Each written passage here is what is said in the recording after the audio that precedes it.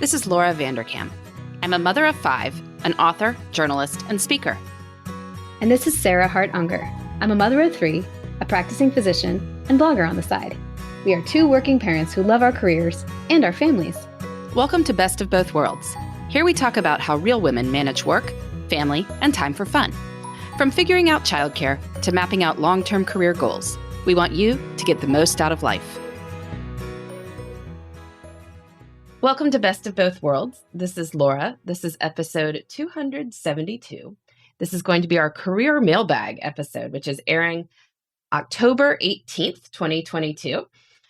Those of you who heard our few episodes before this know that Tranquility by Tuesday has been out for a week now. So thank you very much for everyone who got a copy of that. And people have been sending me pictures, which is great. I love seeing it out in the wild. So thank you for that.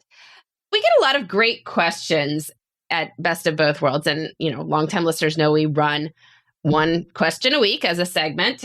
But, we get more than that. And we would love to do more of these mailbag episodes. So this one is going to be mostly career focused. Yes, we had enough of a buildup and we realized that there is a theme to a lot of these questions. Maybe it's a timely thing because post-2020 and stuff, there's been a lot of flux, a lot of job openings, perhaps a lot of people reevaluating their priorities. So I'm excited for this episode. Yeah, well, so let's go ahead and dive right in. So we don't have a process for doing this. I guess we'll just sort of alternate who reads them. And so I can go ahead and read the first one. So this listener writes in that I used to be a working mom, but decided to stay home with my children last year. It's been over a year of this life change, and I'm thinking it's maybe not for me. My kids are now 3, 18 months, and a baby due in a couple of months. So my question is, have either of you ever wished you had been a stay-at-home mom? Was it ever a question, or did you always know you wanted to continue working? Plus, any advice for someone in my situation now that you are past the very small child phase? So a note, she told us a little bit more about her career. She had been in accounting, but she thinks she wants to change careers because she says part of the reason I decided to come home was because I not only hated accounting, but she wasn't a big fan of her organization where she had been working either. So she's looking at getting back in the workforce, but is of course concerned about making enough to cover 3 kids in childcare, especially if she is switching careers. So Sarah, any thoughts? Yeah, what an interesting question. I have to say that personally, I never had any wishes or plans to become a stay-at-home mom. I had thoughts about being part-time or doing the kind of hybrid I'm doing right now. That had been a fantasy for a really long time, even pre-kids. But I never had fantasies of staying home for any extended period of time. And I don't know if that's because I chose a career in medicine and most people don't go through all of that training, although some do, but most don't, and then opt out for a while.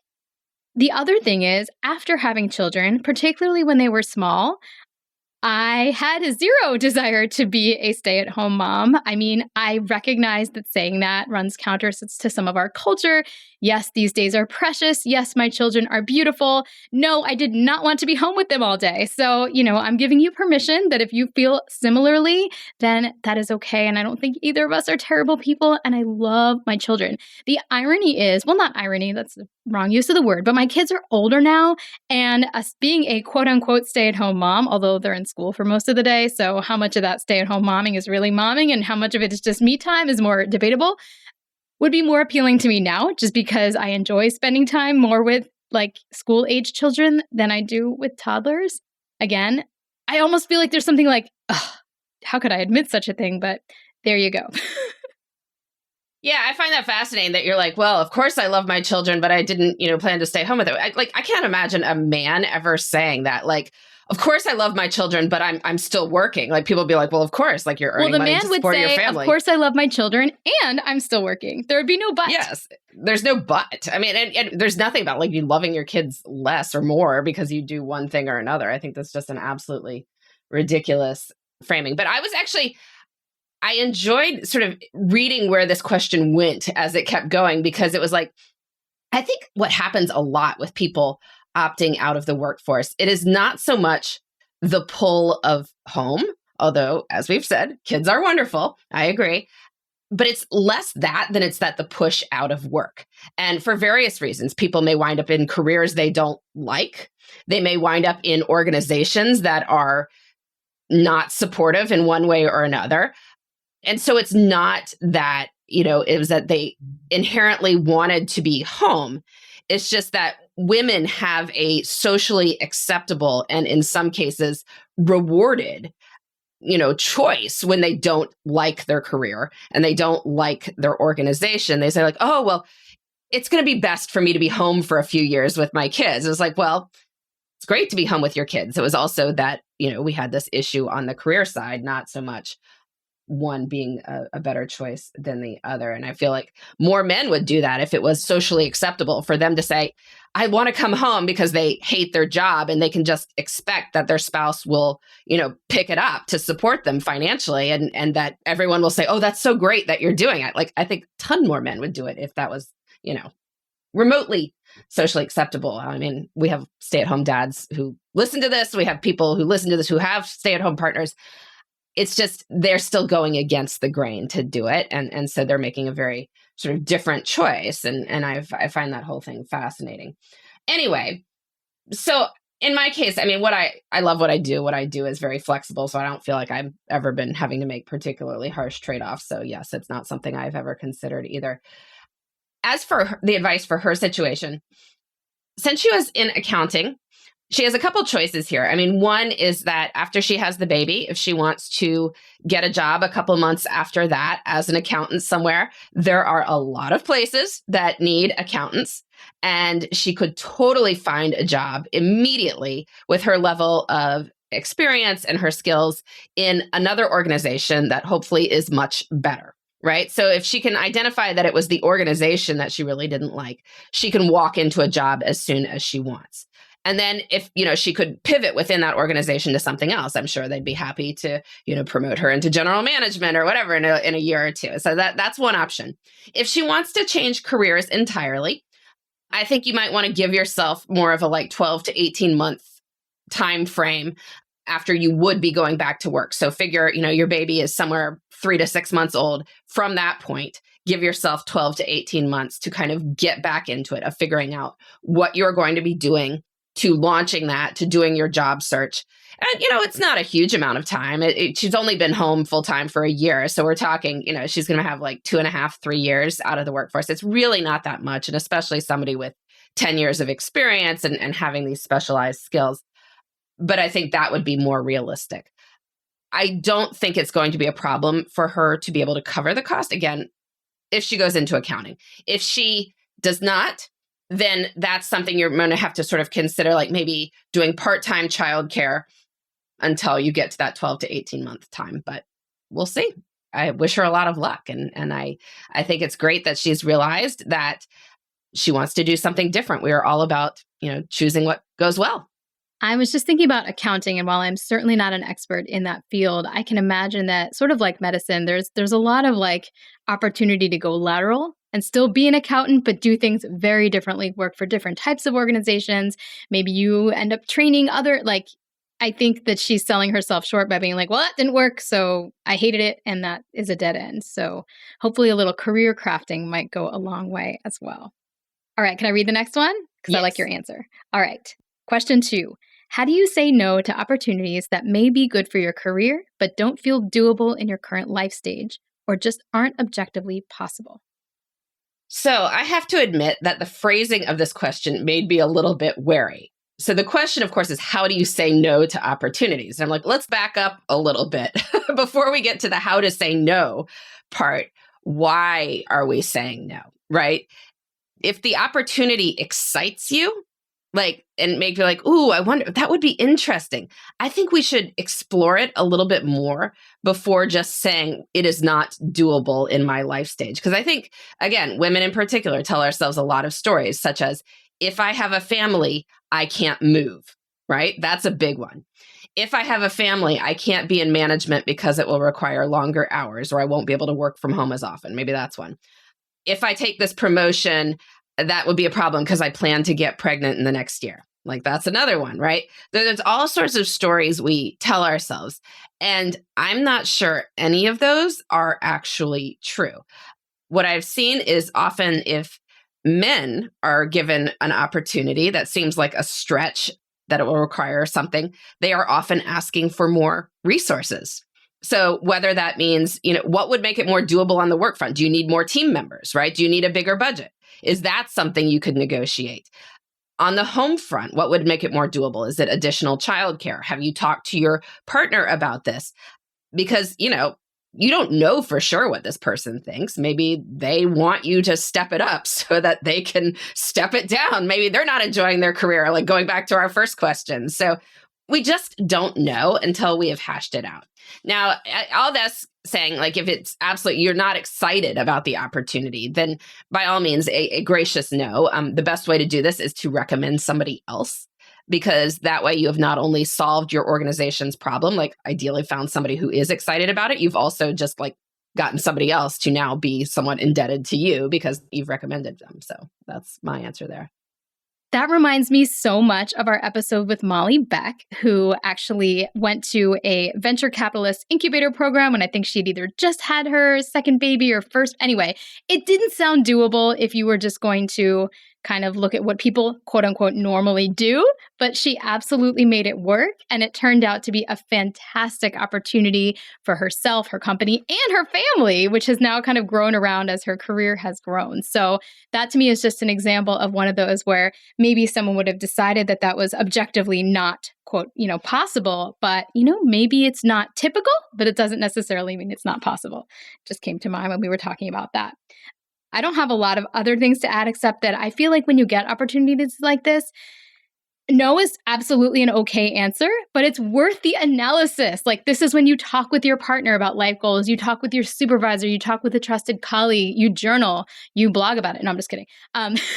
You put out into the world, like, whether it would actually make sense. And then if the answer is no, I love Laura's idea of passing it on to a deserving colleague or somebody else, because that's just a wonderful way to help others. And who knows, things will come back to help you in the end as well. So love that.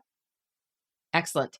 All right. The next question. How do you celebrate a win?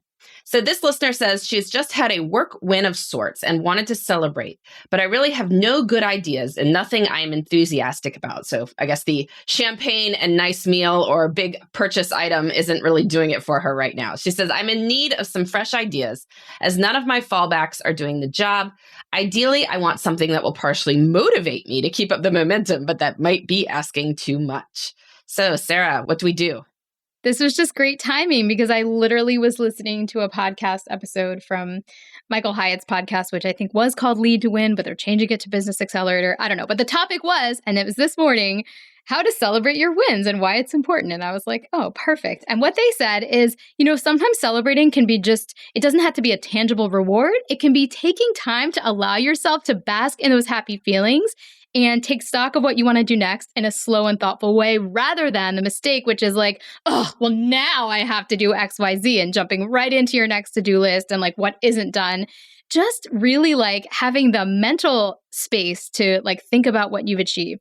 My own personal way of doing this tends to be to celebrate with others. I know you mentioned like a meal not being something you wanted to do necessarily. And it doesn't have to be a meal, but just like talking about it with Josh, like, oh, I'm so excited that like I'm moving on to my next step of the career and let's like talk about what's fun about that.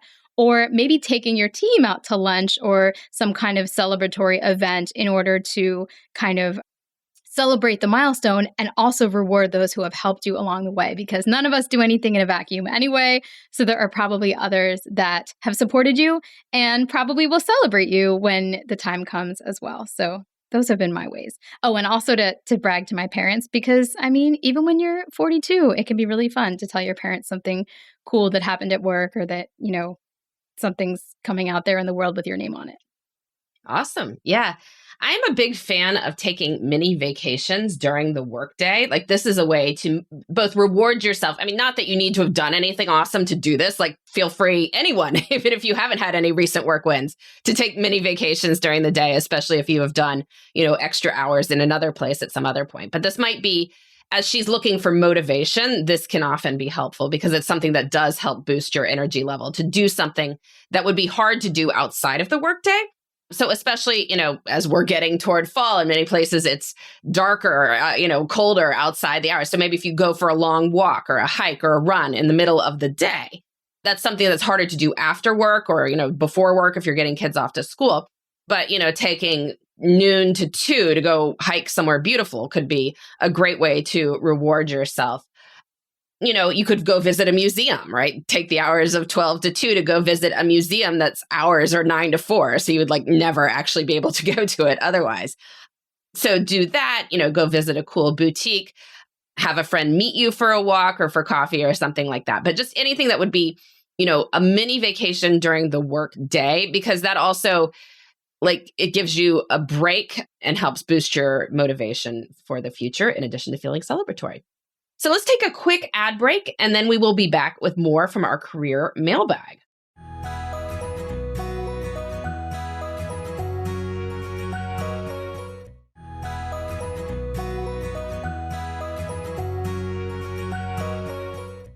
All right, we are back, and I am going to read question number 4.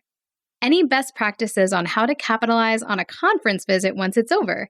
For example, in the days after, reaching out to people you wanted to talk to but couldn't pencil in, time to relay learning with those colleagues who couldn't go, or catching up with others later to maintain the network.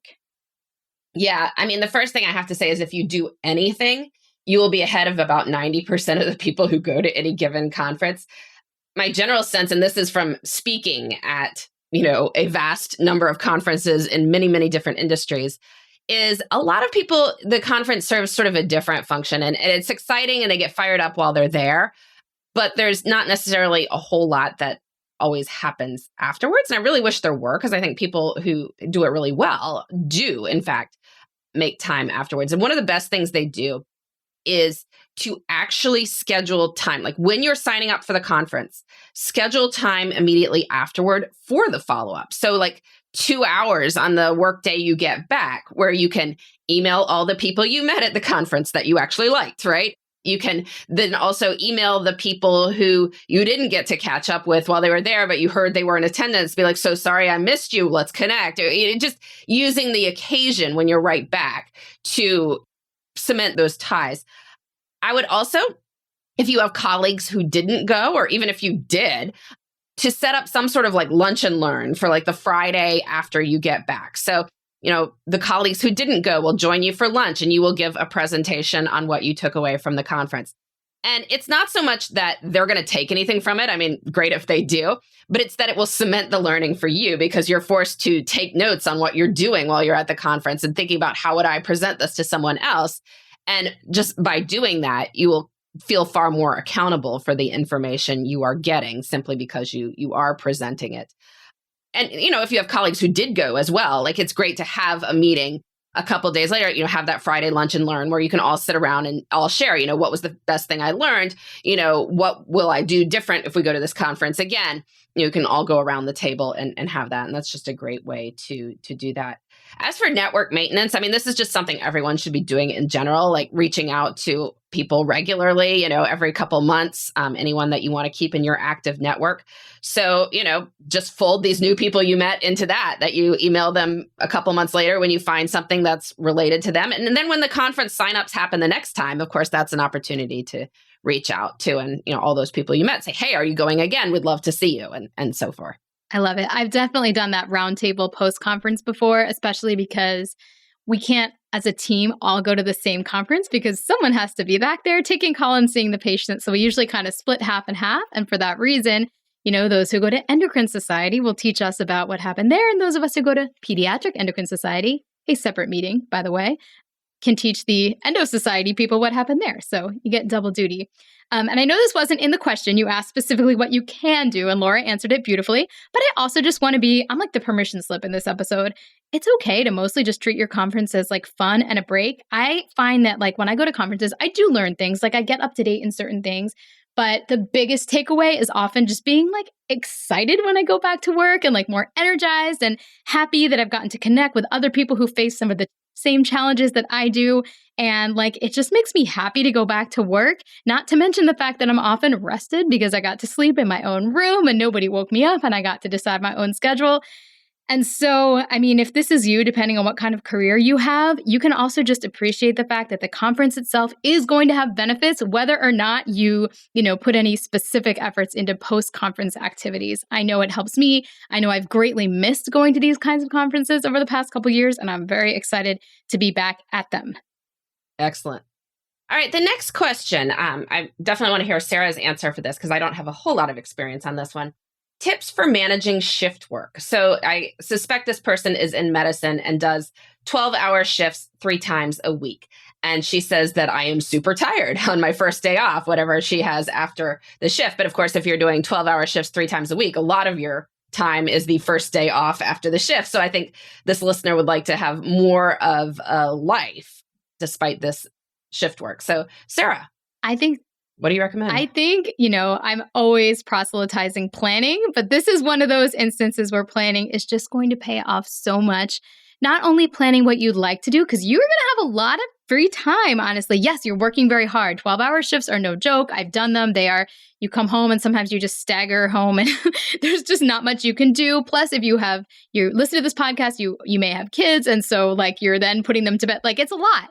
But it also means there's probably large swaths of the week that you have some free time, and I understand the instinct to want to use that well. You mentioned in your question stem that you're super tired on your first day off.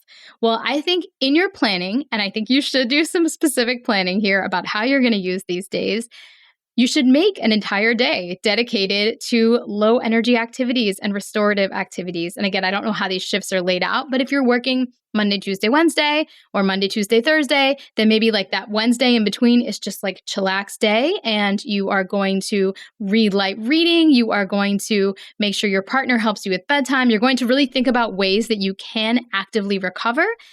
And you're going to think about how you're going to use those other days when you are more energized because you have purposely taken time to rest to do the other things that you want to do. I mean, I think back to my residency, and it's a little difficult because I don't have the experience of being a resident with children, which, as I've mentioned in other episodes, is a whole other life ball game. But I had some pretty crazy weeks, and what really helped me was having some fun, restful things to look forward to on my time off and thinking ahead about what I might do in stretches of time when I was not as tired and not working. So those are kind of my go-tos. Yeah, I think, it really does depend what these shifts are. I mean, if somebody works 7 to 7, Monday, Tuesday, Wednesday, that's sort of a different ballgame from 7 to 7, Monday, Wednesday, Friday. Because if it's Monday, Wednesday, Friday, and she's saying that she's tired her first day off, she's tired the whole week, and then that's a whole different issue, that might need to be addressed in some way or another. But if she's working some overnight shifts, for instance, or she's working I don't know how her place does it, but if somebody was working 7 p.m. to 7 a.m. or even something worse, 5 p.m. to, I don't know. It's just however it's being done.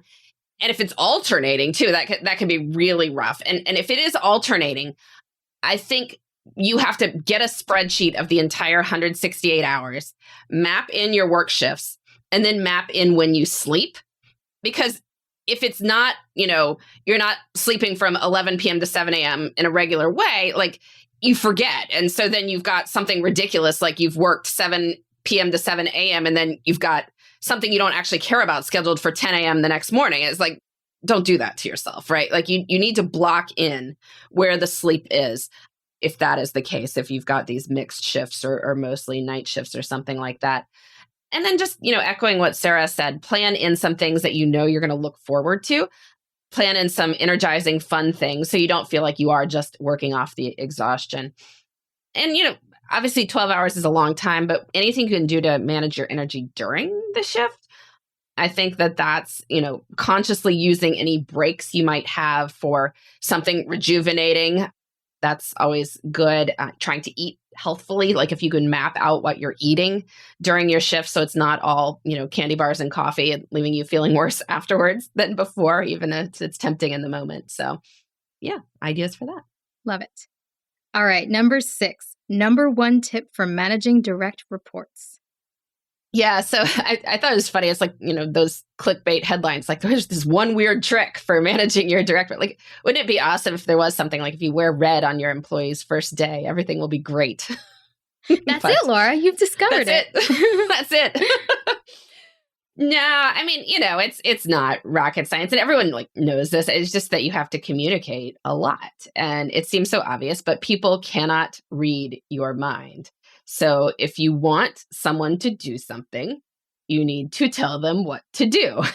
And if they do it, and then you want them to do it differently, you need to tell them that.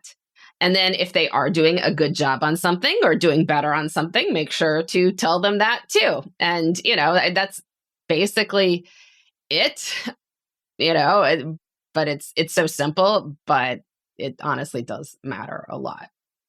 Yes.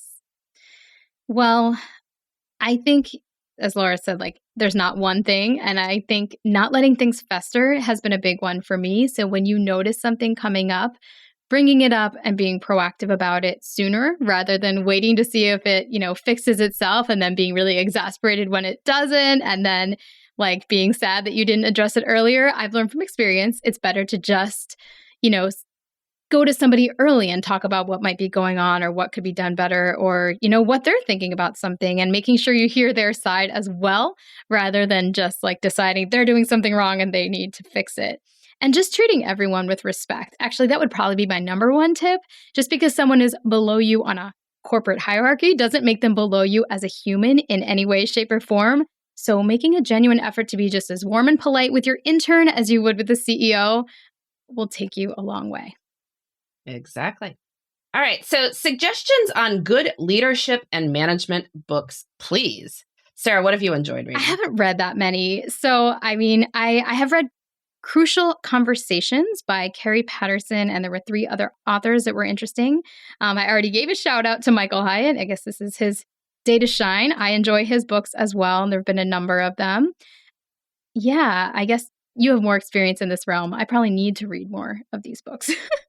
Well, I mean, the one issue is like they come out every couple days or more frequently. I mean, in the business press, like some random CEO like writes a book about, whatever they did. And there's not a ton of them that stand the test of time. I think 2 that are just sort of interesting that I've read over the years, and I want to do a shout out just because they are written by women.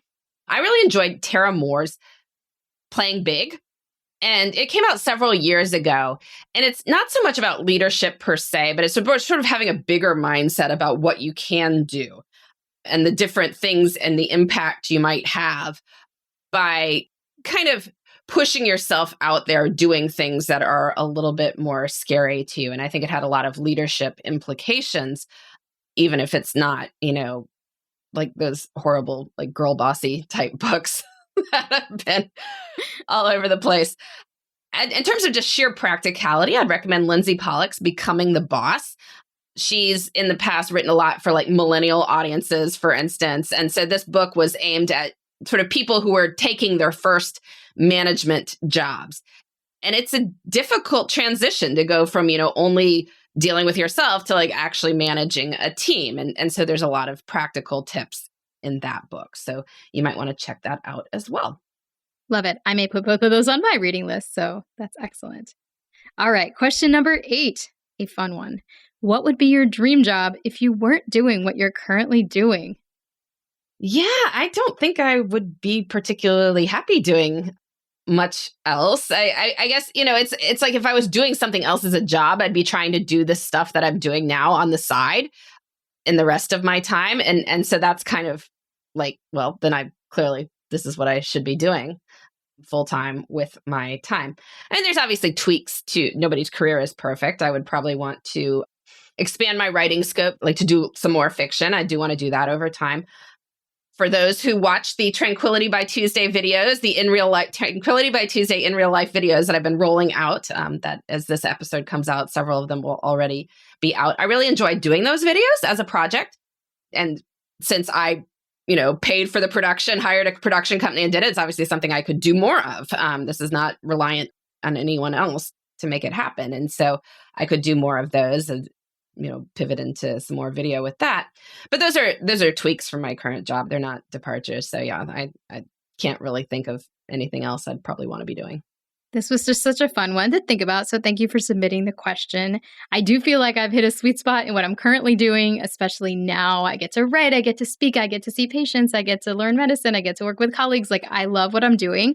But then I also reflected and I was like, I bet I would love a lot of stuff. I mean, as long as it's something where I get to be creative, I get to work with people, I probably could find some silver lining. I always have been interested in psychology, and I could imagine having gone that route probably would have been really fun for me, especially maybe something in like child psych, because I like kids and teens. I have this also fantasy. My grandfather was like an advertising executive who wrote slogans and commercials and stuff. And I've always been like, oh, the Mad Men life. Like, how cool would that have been?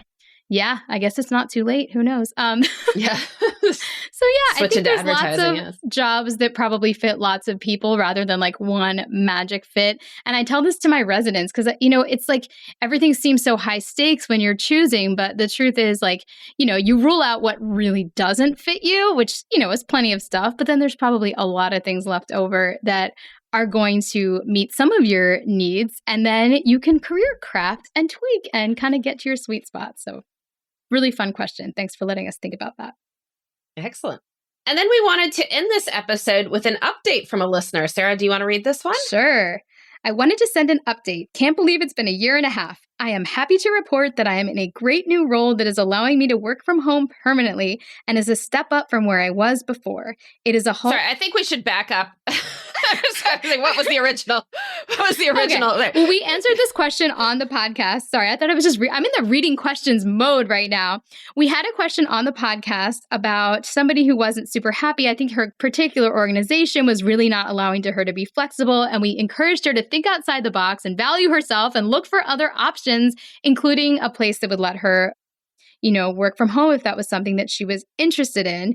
And then we got this happy update. Okay, I won't read all that again, but she writes, I am happy to report I'm in a great new role that is allowing me to work from home permanently and is a step up from where I was before. It is a whole new challenge in a great way and has really invigorated my attitude and career.